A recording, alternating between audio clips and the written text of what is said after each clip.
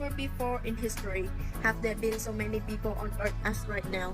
Every day we add 227,000 more people to the planet. It is predicted that the human population will surpass 11 billion by the end of the century. Our planet can sustain such a thing. In some countries, forced sterilization has been used as a method to control population growth, and the outcome has been very successful. But is this the ethically and morally correct way? Today, let's talk about forced sterilization. Is it the right solution, and about all the choices that we have? Let's look at some facts.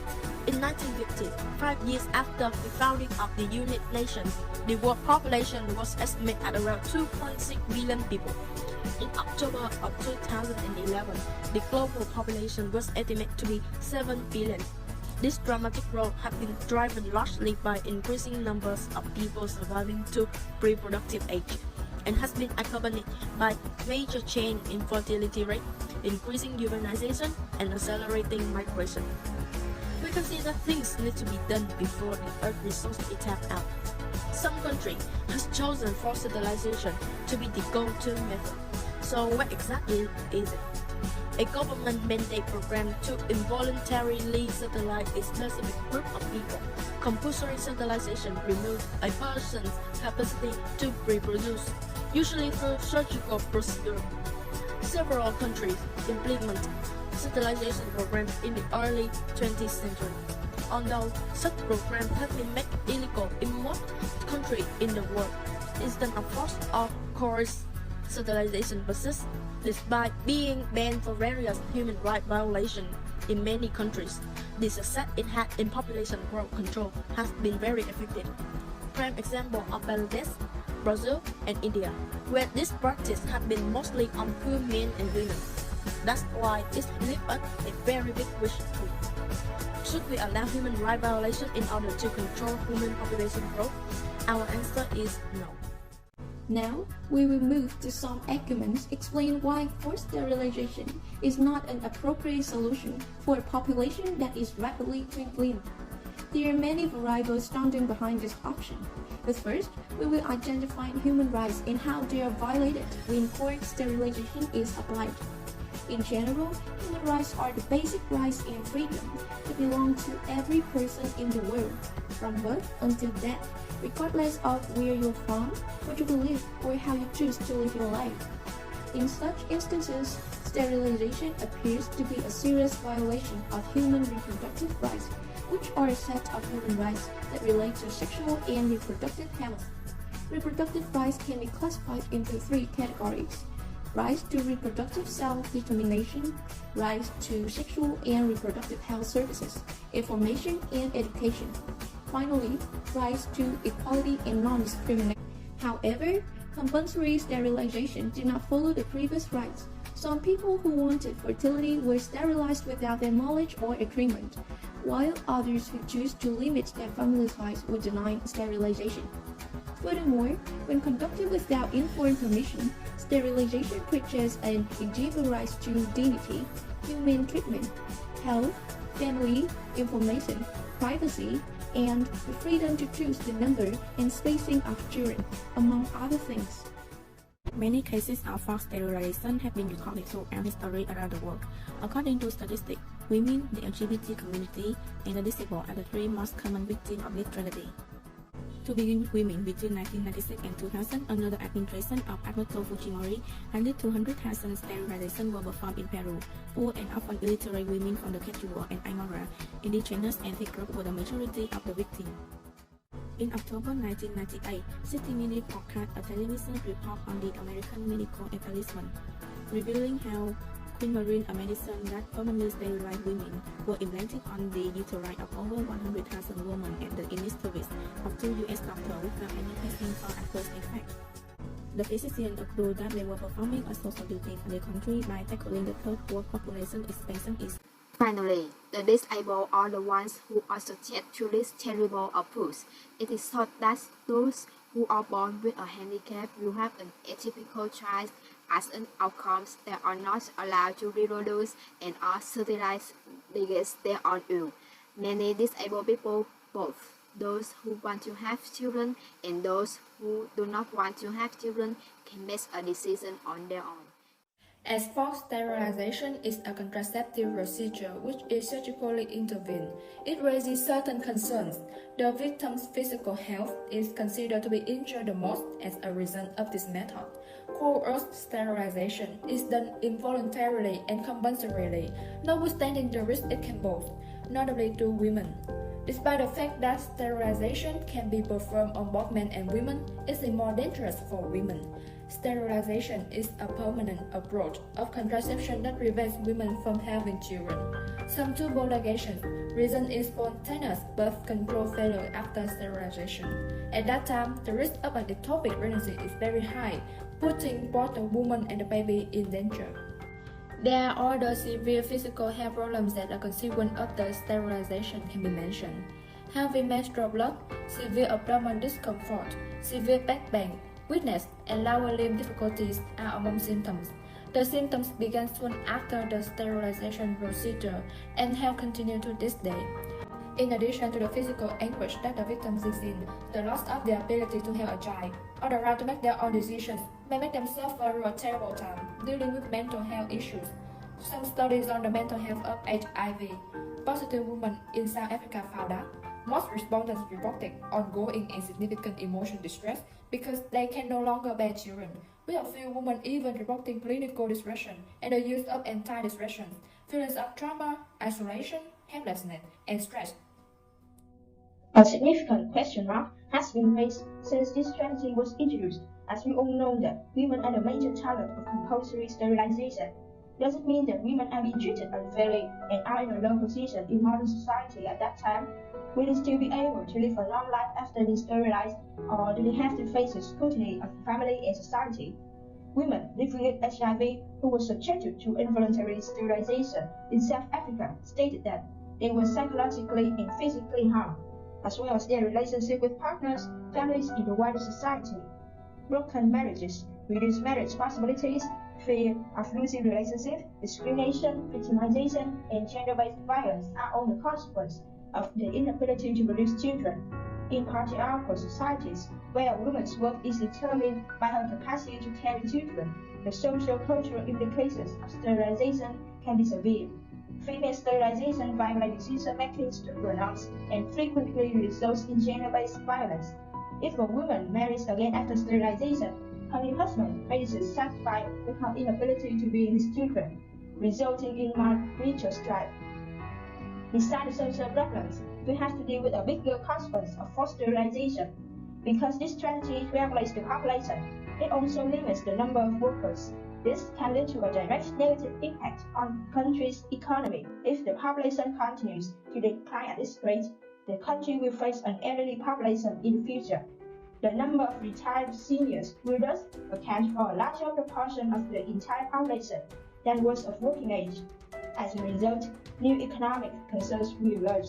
Personal taxes will rise in order to earn enough money to compensate for those who must retire, replacing younger people in a financial bind. Then we will discuss some feasible plan to deal with overpopulation. First and foremost, we must place a high priority on community awareness. Education on sex, sexuality, and pregnancy should be publicly available. As a result, both men and women will have a greater understanding of postpartum health and how to care for themselves and their children. Allow them to make the best decision possible. Educate individuals about family planning, include population growth and family planning into high school and college political and economic curriculum. The researcher Metellus and his team found that on average, uneducated men and women gave birth to almost 7 children. For better educated, the numbers were about 4. Education leads to lower birth rate and slow population growth, he says. This makes it easier for countries to develop. A more educated workforce also makes poverty eradication and economic growth easier to achieve. Fertility may have a direct and immediate influence when population education activities are connected to community engagement efforts. State and non-profit resources in India, for Maharashtra's Plan for Women's Development Plans for women of reproductive age, which aim to influence fertility behavior and enhance the quality of life. The goal was to raise the population's knowledge and comprehension of socio-economic development, family health, family and community life, and civic obligations that benefit the individual, family, community, and society. First, Anywhere, anywhere, always lady first. Women must have a right to decide everything, especially when it comes to motherhood. Paying attention to women's needs is undeniably one of the most effective ways to empower women. To begin, they have to be well informed about reproductive and contraceptive options. Besides, providing voluntary family planning tools and education, in addition to lowering maternal mortality, allows young women to avoid early pregnancy, allows more girls to stay in school longer, allows women to have fewer and healthier children, and helps break the intergenerational circle of poverty. It would also prevent HIV transmissions, encourage women to engage in community-based income-generating activities, and promote environmental sustainability. Secondly, child marriage must be addressed in developing nations. Rebecca Gyumi, a representative example from Tanzania, is likewise striving to eliminate child marriage. The lawyer and convention for girls' rights petitioned the government to end child marriage for girls under the age of 18 and was successful. She is aiming to set attitude in rural regions and inspire women to fight for their rights. She believes that girls should be in school at 14 and not be married off. Her work has received international acclaim, and she was given the United Nations Human Rights Prize in 2018. Thirdly, we need to enhance women's role in the modern society as much as possible. It implies they are no longer constrained by the outdated belief that a woman's whole life is spent giving birth to children and caring for her family. As a result, they can continue on the road of learning and to instill a variety of beneficial ideas in society. This not only aids in population reduction, but also advances societal development into new heights. Furthermore, encouraging gender equalities is an excellent way to empower women. Besides, the government needs to promote and develop family planning and one-child or two-child policy. The government can develop programs that provide assistance and counseling to families in order to help them plan better. Many countries have officials specifically for this matter, and the result is very positive. Educating children about this at an early age can also be beneficial in the long term. Alternatively, like in China in the late 2000s, the one-child policy is the most successful population control regulation. However, there are several objections to this, and it is extremely difficult to implement this in third world nations. Today, according to marriage and family law, couples determine whether or not to have children and how many children they will have. Many couples nowadays are more interested in think when they have a family. This is particularly logical given the present economic condition, which is exacerbated by COVID-19's detrimental impact. The slang expression means dual income, no kids, also known DINK, refer to a home with two incomes but no children. DINK couples often have more spare money since they do not have the additional expenditure that comes with having children. Even before COVID-19 was translated, the cost of rearing a children was estimated to be over $200,000 US, according to the United States Department of Agriculture. This does not include expenditures paid after the children turn 18, such as college tuition. Additionally, the cost of food, clothing, and long-term education that come with having one or more children are avoided for these couples. This allows the pair to save money and put it towards something else. These couples are becoming more common. According to the most recent Census Bureau data, the percentage of people living without children climbed by 90% from 1976 to 2016, rising from 52.5% to 71.3%. Extending the marriage age decreases the number of kids born, while benefiting both men and women. The marriage age limit will lower the number of pregnancies. In Vietnam, for example, only males over the age of 21 and women over the age of 18 are able to marry. This law should be strictly enforced because being pregnant too soon has a significant impact on both the mother's and the baby's health, as well as the health of the entire society. The reason is that people under the age of 18 may not be mature enough to make informed decisions, and pregnancies occur more frequently, potentially leading to overpopulation. Next, taxation is one of the most effective ways of governments to limit the bad aspects of an issue while ensuring consistent growth. Congress should consider and adapt the child tax. Higher taxation for parents with more children is one of the methods that can be used to control the population. This method of population control ensures that taxpayers are entitled to an exemption for a specific number of children, mostly the first two, but not others. Finally, the situation in the least developed countries requires additional attention. One of the causes of fast population growth in third world nations is a shortage of food and a high mortality rate. So, by providing adequate meals for families and improved medical care, the demand for more births is eliminated. When combined with safe protection measures, we can drastically minimize the number of infants born. Now, looking back at the beginning of this argument, we have assumed that human rights violations should not be allowed to control human population growth. However, although the rate of population growth is slowing in almost all countries now, the global population is still increasing. As we know, population policy and family planning are applied to control the population growth, but there are some citizens who still don't follow the policies. Fines, slave rearrangement, and even forced sterilization have been used to treat those who violate these policies. Moreover, although less developed countries have poor economies, which means people's lives are very destitute, their population growth is 14 times higher than in more developed countries in 2013. So, why don't we use forced sterilization for poor parents who cannot afford for caring and upbringing their children? Should this human right be taken away while people do not fulfill their obligations? The United States was an international leader in using this method. Indiana, a state of it, passed the world's first sterilization law in 1907, and then 21 states followed suit. State-sanctioned sterilization reached their peak in the 1930s to 40s and continued to rise during the 1950s to 60s in some states.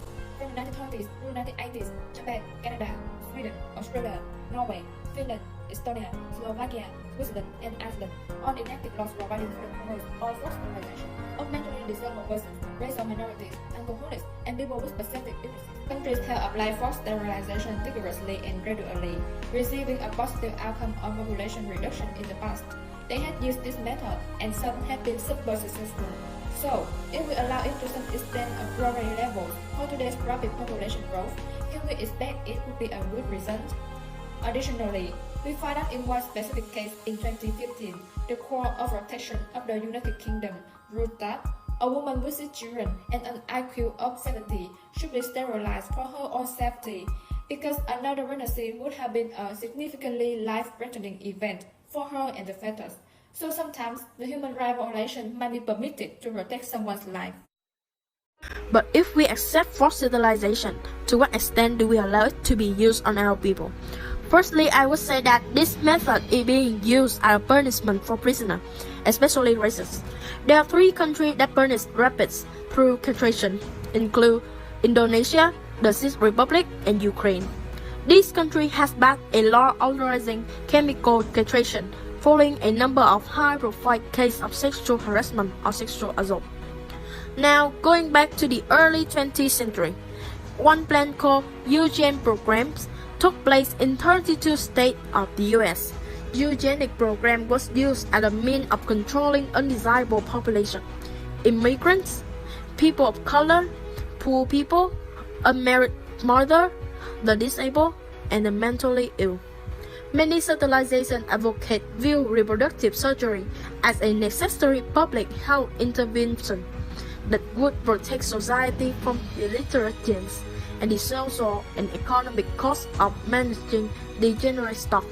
Some prominent scholars continue to support eugenics after the war. In 1963, the Cuba Foundation convened a conference in London titled Man and His Future, in which 3 prominent biologists and Nobel laureates Hermann Muller, Joshua Littleburg, and Francis Crick raised their voice to support the theory of birth preference.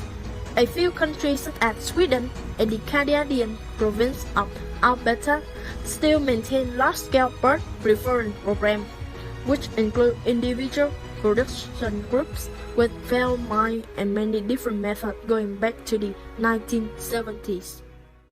Seem like these reasons for applying forced sterilization make sense in theory and work for a time. However, in reality, eugenics is more considered to violate human rights, reproductive justice, and human nature reproduction.